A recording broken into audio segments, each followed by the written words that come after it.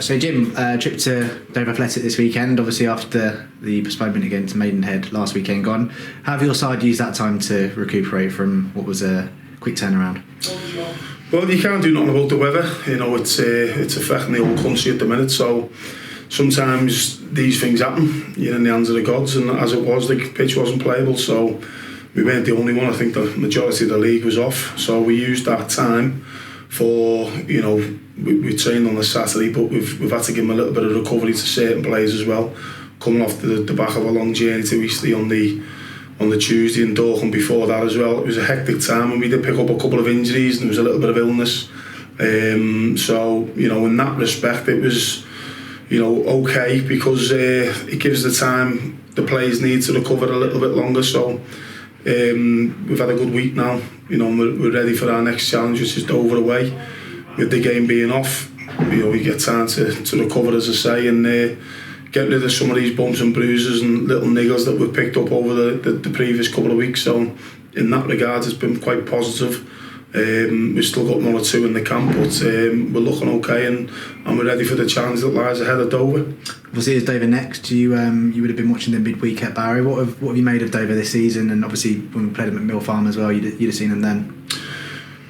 I thought they're a very capable outfit. You know, with one of my first games was the game here. I thought on the day we should have won. They've got a very experienced manager in charge there. They've got good players in the ranks, and that was evidence on Tuesday when we could see them up close and personal when they were at Barrow. Probably the coldest night ever. But it was a worthwhile exercise for us, because you get to see them, you know, before we played them. So a long trip for them, obviously disappointing result for them, obviously against the top of the league, but there's plenty there, you know, that we've got to be wary of come Saturday. And likewise, we see things where we could potentially exploit, so that's what our training's been about over today and tomorrow. You know, they have a certain way of playing. They've got, you know, Big Effie on up front, a handful's got goals, plenty of rotation in the middle of the park. Woods is a player who've come up against a lot in the past at Hartlepool. He played well on the night, I thought. You know, they got a long throw, they're a threat from set plays.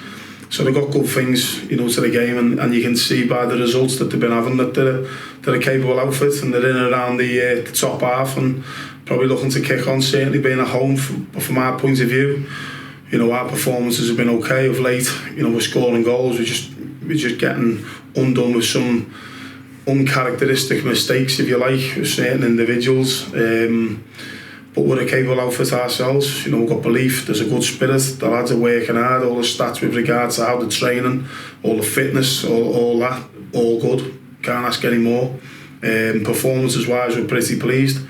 So we know what we need to do. We've spoken about that. You know, we can't keep going on about it, you know, talking the talk. We've got to go on that pitch now and walk the walk, and there's no better time than your next game, and that's Dover away on Saturday. It'll be a big game for us, a big challenge for us, but one that we're confident that we can go down there and get something. Obviously after the Eastleigh game there's a couple of injuries to note. Obviously Andy Taylor came off early on, Nick Horton came off at half time, and you mentioned after the game Alex Whitmore carrying a knock.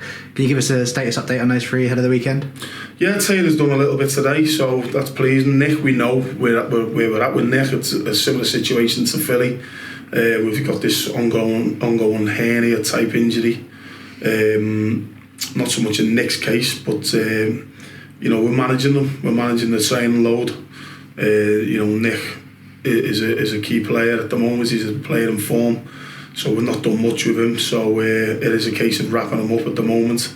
And as you find this stage of the season, certainly with the weather, the change in pitch, you know, the Eastleigh pitch was quite gluey, and he didn't last too long. But the game before against Dorking, he got the full 90 minutes on an AstroTurf, so it's one of them that we've got to keep our eye on. But he should be okay, Nick, and say, as I say, he's been doing a bit of training. Witt's got a knock on the night, no problem, just rested up for a couple of days, and then Witts was one actually that had a little bit of illness, you know, last weekend.